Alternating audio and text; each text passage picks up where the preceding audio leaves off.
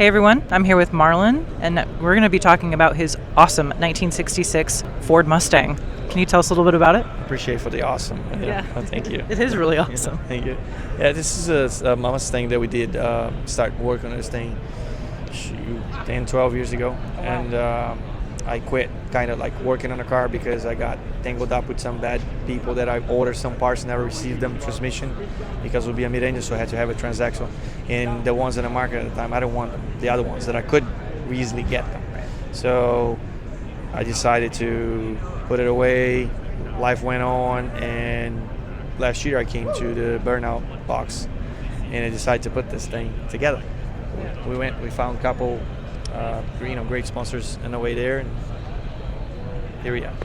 Very cool. Well, can you tell me a little bit about the engine? It's out of a GT350. Adam's old the Mustang that burned, so he got that motor out, and I bought it from him back then. I had it sitting there and decided to freshen it up, put in this thing. We threw a couple turbos at it, like a couple nice Garretts that we love them, and I really love those. They are symmetrical, so yeah. I love that. They're all the things that I always wanted in a car, but how are you gonna do this in a car that you're gonna be, let's say, your daily, or so we just put it in this one. Sequential transmission, the turbos, the things like a quick change in the back, like that we can change the gears as we wanted to change in 5 minutes. I mean, the guys that work in the team that I work with in FD probably taking like 30 seconds, but it's just to make life easy. Right. And this is more like a race car inspired thing, as the looks of it is more like, I looked at Ken Block's Mustang. Okay. And I really like that looks, but I'm a Mustang guy, but I like the fastback ones.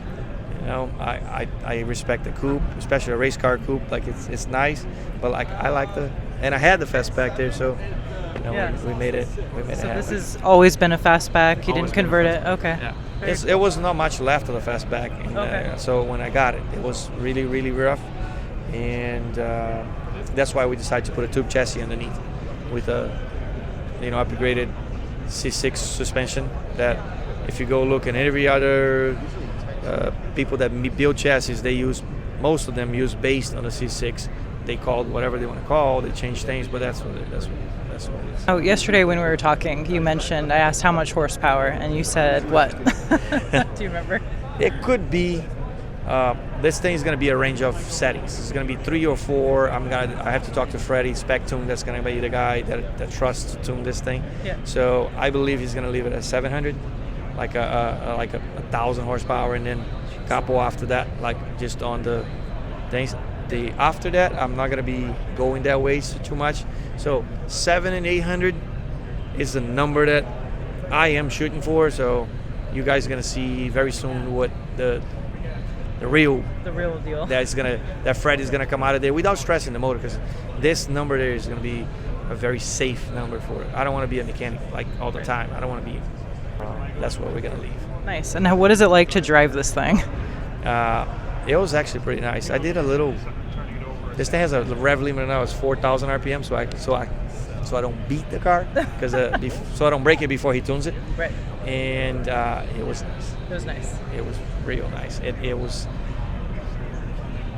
drove better than I thought it was going to drive. Let me just put it that way. And drives way better than any factory Mustang that I drove, at least. Yeah. Like it just goes. It just goes. That's awesome. It stops. I mean, it turns, does everything. And if it don't turn, you clutch kick it and drift it around it. That's awesome.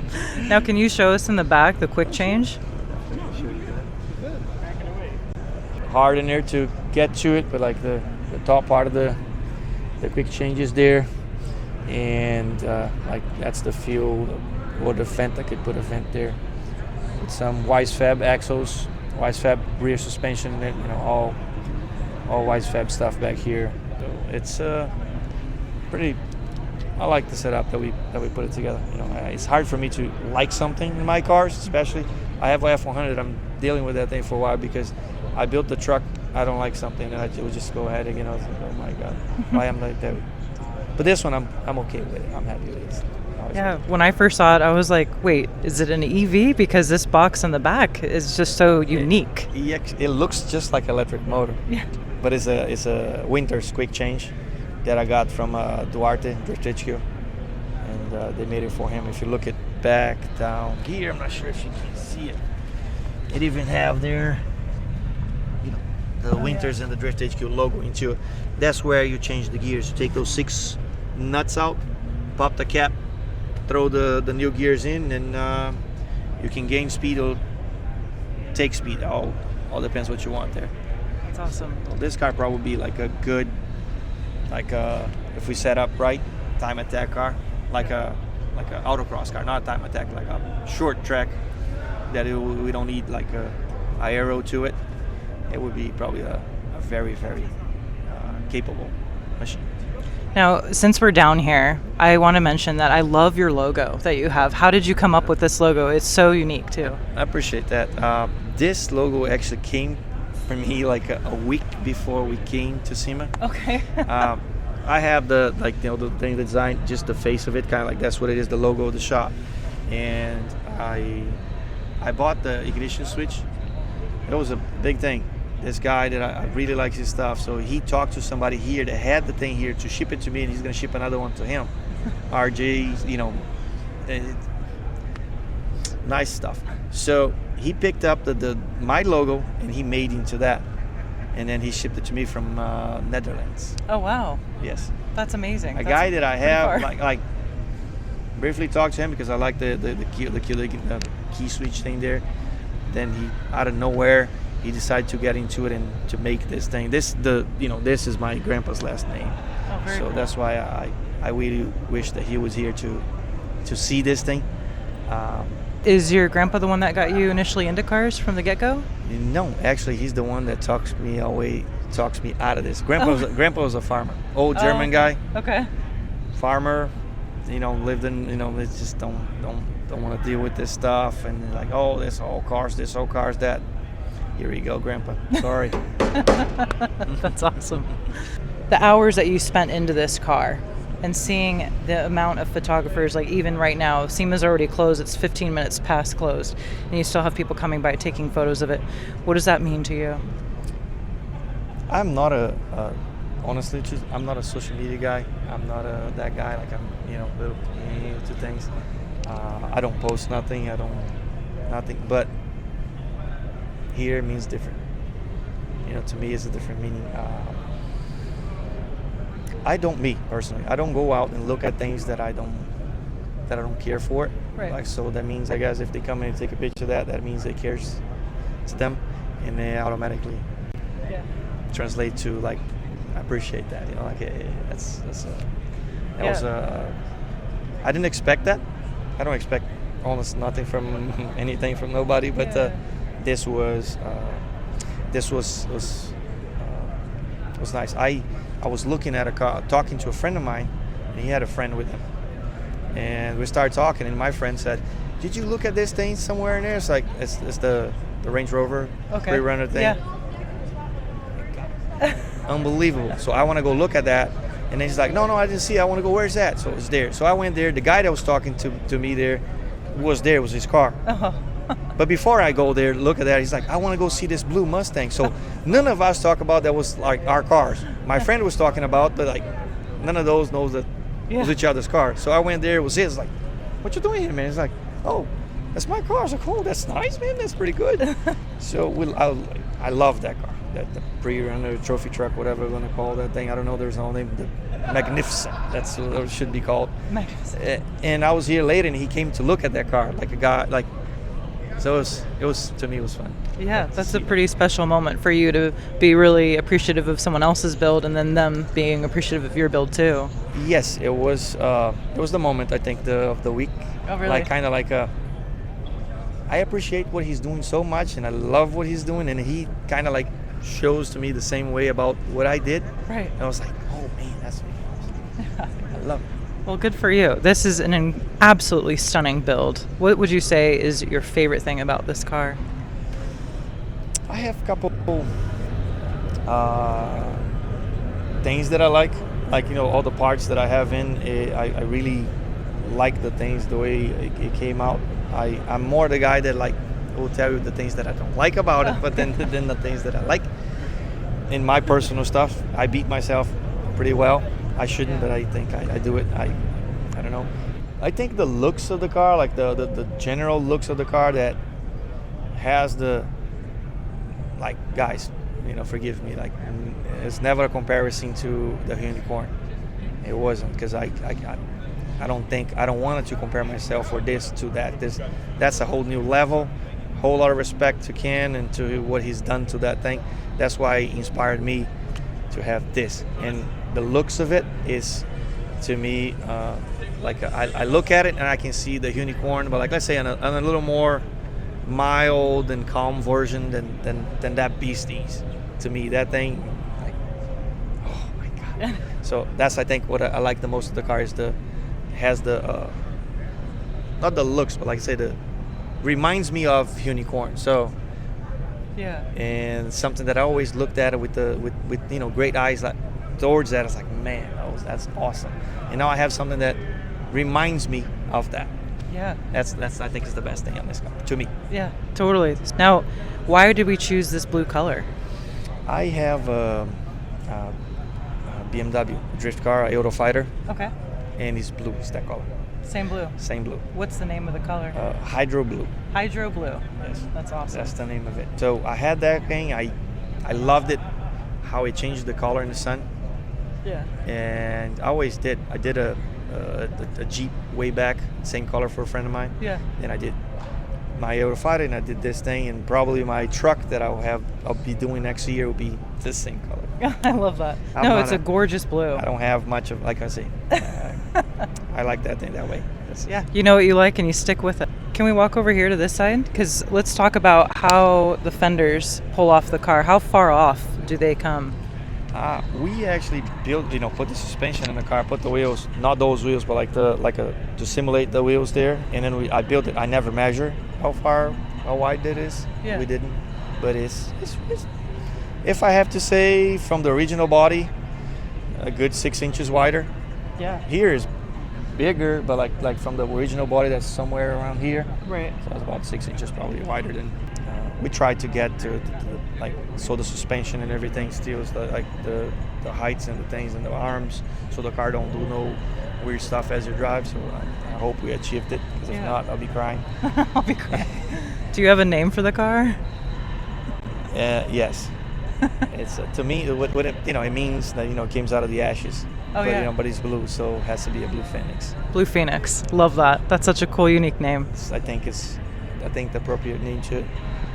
Because this car, the only thing that we used from the original car was the A pillar and B pillar, like the top part, like the roof. There was everything was on it, but it was all rusty when I got the car.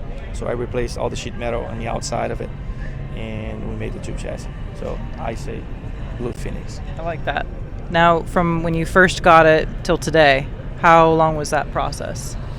Oh, I have the car for 12 years. 12 years, okay. And how did you find it? Who brought it to you? Or? I actually sent a picture of this car done to the guy that owns. I still have contact with him. Oh, really? Yes. That's awesome.